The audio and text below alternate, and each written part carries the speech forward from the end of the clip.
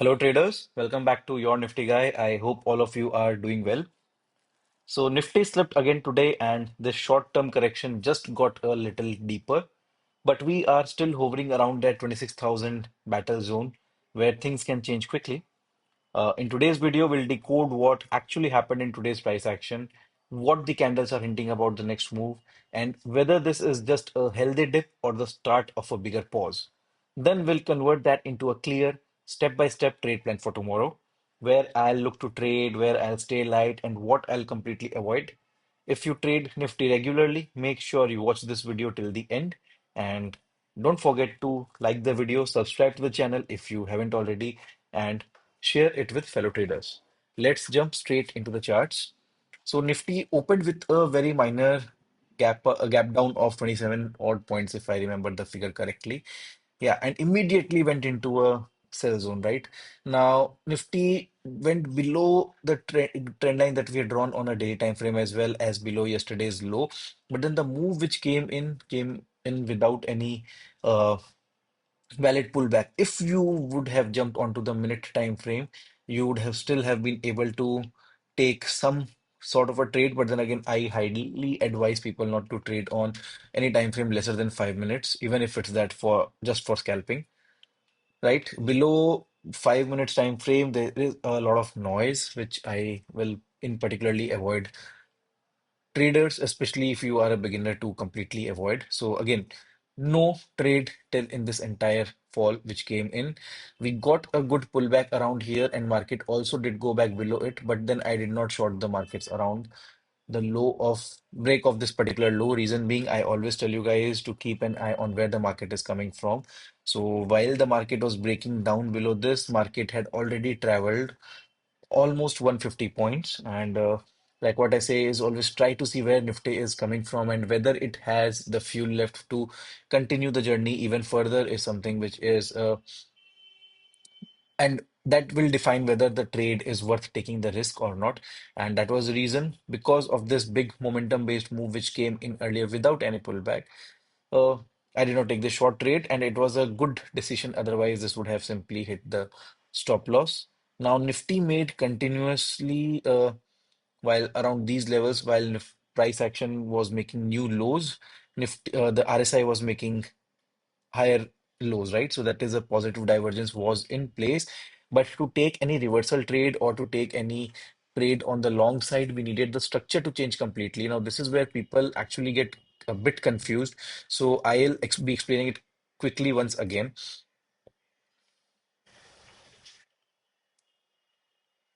Right. So till around here, if you observe, there was no change in the structure, right? It was still higher highs and higher lows. The first higher high formed at this particular point, right? And this was the first higher low. So if you think about the structural change, right, till around this point, it was a series of higher highs, higher lows. Sorry, lower highs and lower lows. So my bad. It was a series of lower highs and lower lows out here, right? So this was the first thing where you get alert, okay, with positive divergence. Maybe the structure is planning to change. And this was the first higher high which formed, but then simply a higher high cannot mean that we go long. We need to wait for the structure to change with a higher low. And with this pullback, we got that higher low. And this was the first trade that I took earlier in the day at this break of this particular at the break of this particular high. This is where I had entered with a stop loss just below it. And unfortunately, just like yesterday, today again, I took a stop loss on my trade. I took a stop loss of around 13 odd points in this particular trade, and that's absolutely fine. After the entry, the trade was in profit for some time, but then ultimately it gave up the gains. And of course, I waited for it to either hit my stop loss or maybe form another higher low. So these are all the probabilities, right? So that is the reason why simply if you start getting the trade going against you, do not exit, because there has to be some system, there has to be some logic. Markets will not know that, okay, so and so person has entered the trade and I should immediately rock it off. Absolutely not. It will still follow the series of highs and lows. And that was the reason why I was still holding it in case if market was just forming another higher low and then could have continued the journey upwards. But then again, there was a lot of volatility around. in this particular time period or in this particular time frame. And post this, it triggered my stop loss. I think it just came to trigger my stop loss. And then post that, there was no valid, absolutely no valid structure, and markets was just anywhere and everywhere. No, no, nothing that could have been tradable, right? So here another uh, lower low was formed, followed by another lower high, followed by another higher low, higher high, and then immediately this low also went out, right? So there was no point in taking any trades, and ultimately markets did recover near the end of the day. But out here again, the entry could have been taken only around uh, 2:53 p.m. when these highs were taken out, and then again too late for a fresh entry, and that is why I simply had one single trade in throughout the day, which was this particular trade in which I took the stop loss, right? And stop loss, there is something which is something which should be logical, right? So this was the most logical swing, of course, with a small buffer. It was not that, okay, around here only I had taken the stop loss. The stop loss, I just keep a couple of points below the particular swing. And out here, the stop loss got triggered, and once it triggers, right, you should not wait in FOMO, or sorry, you should not wait in hope, and you should immediately accept that, okay, the trade has gone against you, and this is the point where I need to exit. And that is what I exactly did. 2 days in a row of taking stop loss for me. Markets are tricky right now, and there has to be a reason for it. So there is a global uncertainty which is going on, and there are certain reasons for it, right? And why Indian markets are behaving in a strange way. So, Russian Prime Minister Mr. Putin is supposed to visit India, and there is uncertainty about how the American government, especially Mr. Donald Trump, is going to uh, react around Mr. Putin's visit. And then the trade deal with USA, if it ever happens, we are still waiting for the uh, final trade deal announcement, right? So that is again another uncertainty which is going forward. And then in the US, there is the change of Fed chairman from Powell to Hassett, and which is again another. Uh, because US markets are known to be as the mother markets, and they define how all the rest of the markets around the world actually perform. And the change in the chairman of the federal government would also mean, right?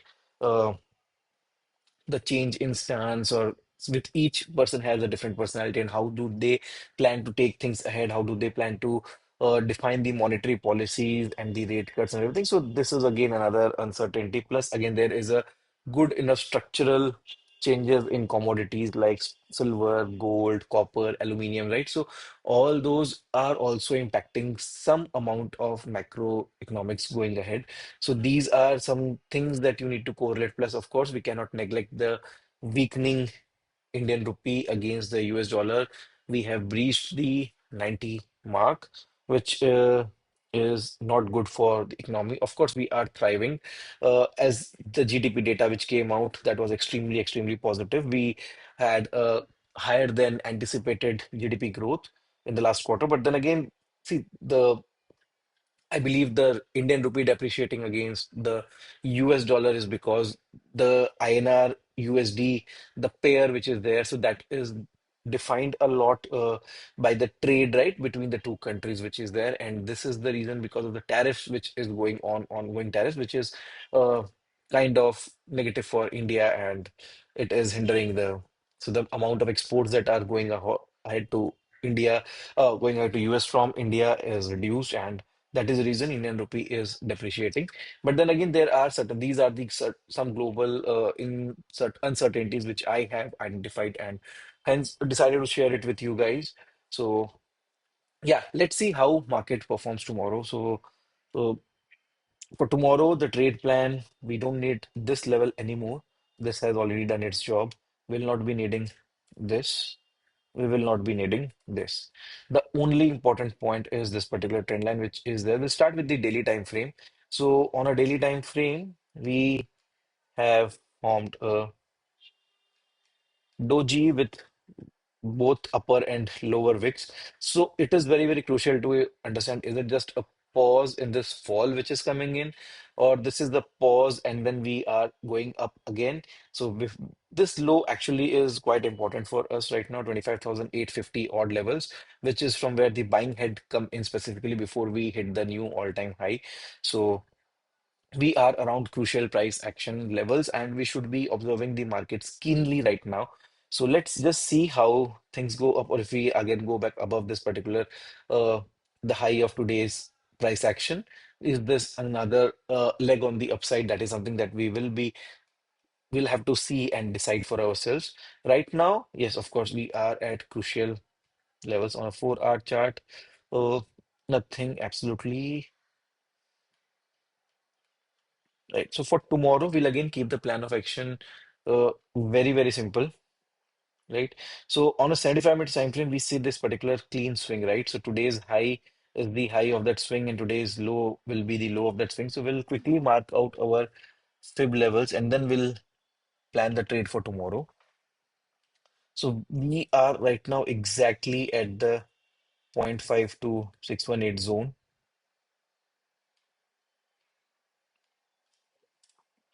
All right.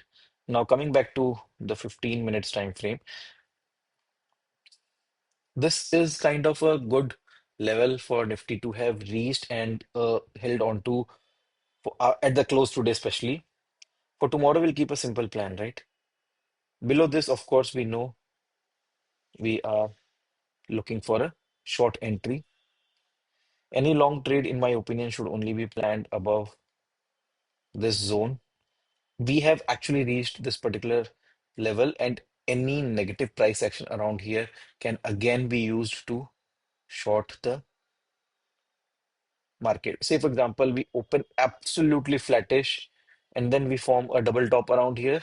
Any sort of negative price action can be used to take a short entry. Of course, pay very, very close attention to structure. Uh, right. And then if we are going back up above in this zone, again, we can, of course, we will be planning to create a long entry. If we open flat, breakout, pull back, we go long, right? So I'll for tomorrow, I'll keep the trading light, let markets. So like I said, there is a lot of uncertainty, and uh, we are waiting for markets to gain some clarity. Maybe again, this is the silence before the storm, and we get some trigger from the global news or something which shows us a clear direction. Right now, we are in a make or break zone. Like I said, the 25,850 levels are important for us. And let's see how market reacts around this. So as I also told, this is also a zone of the order block, right? So this entire zone, it was an order block zone. So this is the 15 minutes time frame in which markets have actually taken support from the right above the order block zone if you follow smart money concept, anybody. So this was the point from which buying had come in, creating a order block. But then again, another key important thing is we are still below this important trend line. So any negative price action around here can be used to short the markets. Above this, we will be long, and of course, below this, we are short. In between, if we open anywhere, we say, for example, if we open another gap down, uh, it will become difficult to trade, right? So this will, in that scenario, it will be a no trading zone, right? So try to understand the closing is favorable. We are at an important zone, right? So if we open flattish, that will be a good sign that we might get some good trades tomorrow, right? If we open flattish, it opens two scenarios for us. Number one, we form a negative price action around here. We get a short trade. Number two, we break out above this zone and we get a pullback. We get a long entry, right? If we open with a big gap up or something above these zones, I will wait for the market's price action to stabilize, maybe give us a pullback around these levels and then continue the journey upwards, right? So this will be the simple plan for tomorrow. Uh, and guys, that wraps up today's breakdown. The market may be dipping, but clarity always comes to those who stay patient, disciplined, and prepared. And yeah, do not let a series of stop loss days demotivate you or let your morale down.